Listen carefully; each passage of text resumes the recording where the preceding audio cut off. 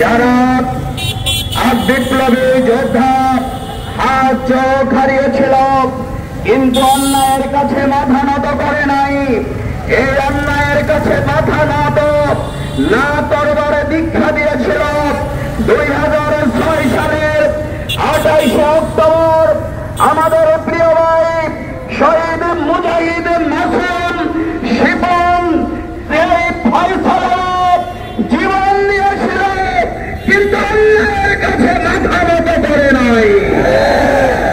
সেই সাহসী বীরদের পথ ধরেই আবু সাঈদ এবং মুগ্ধ আমাদের হাজার হাজার ছাত্র জনতা, অন্য ধর্মাবলম্বী নারী শিশু আলেম ওলামা আবার সেই 5 আগস্ট আমাদেরকে নতুন বাংলাদেশ উপহার দিয়েছে।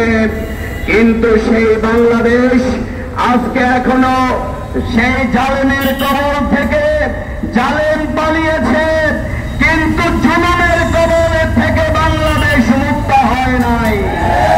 এখনো সেই হেলমেট বাহিনী থেকে এখন পাথর বাহিনীতে রূপান্তরিত হয়েছে।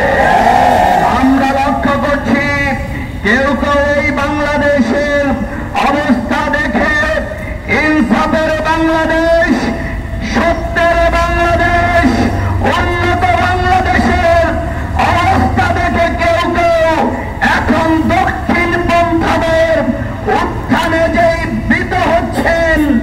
আপনাদেরকে বলতে চাই আগামী দিনের বাংলাদেশ ইনসাফের বাংলাদেশ, আগামী দিনের বাংলাদেশ কোরআনের বাংলাদেশ। সুতরাং we want justice সেই স্লোগান দিয়ে আবু সাঈদ মুগ্ধ যেই জীবন দিয়েছিল, আসুন সেই বাংলাদেশ বিনির্মাণের জন্যেই তারা স্বৈরাচার মুক্ত করেছে। আমরা ইনসাফ প্রতিষ্ঠার জন্যে আপনারা কি জীবন দিতে প্রস্তুত?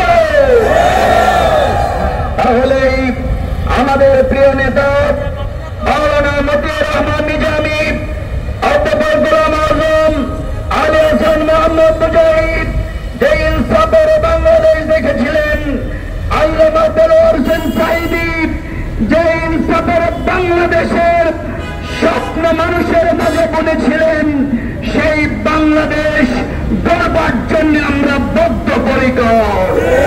আমরা আমাদের সেই শহীদ যোদ্ধাদের রাষ্ট্রীয়ভাবে আজকে জুলাই ঘোষণার মাধ্যমে তাদের বীরের মর্যাদায় ভূষিত করতে হবে।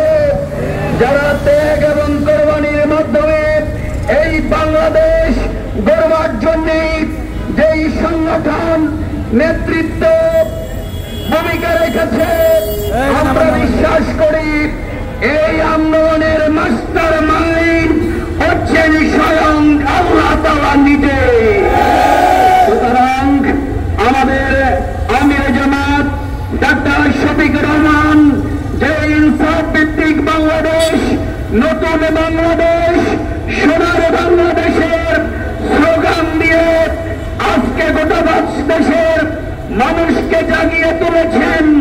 আসুন শহীদের রক্তের বিনিময়ে সেই বাংলাদেশ গড়ে তোলবার জন্য আমরা ভূমিকা পালন করি। সংগ্রামী ভাই এবং বন্ধুগণ, আমাদের শহীদেরা আমাদের প্রেরণা।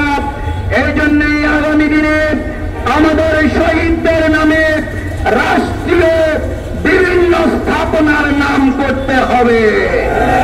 আমাদের শহীদ পরিবারকে পুনর্বাসন করতে হবে, পিয়ার পদ্ধতিতে নির্বাচন দিতে হবে, সংস্কার এবং লেডি শেখ হাসিনার খুনিদের বিচার বাংলার জমিনে অনুষ্ঠিত হবে।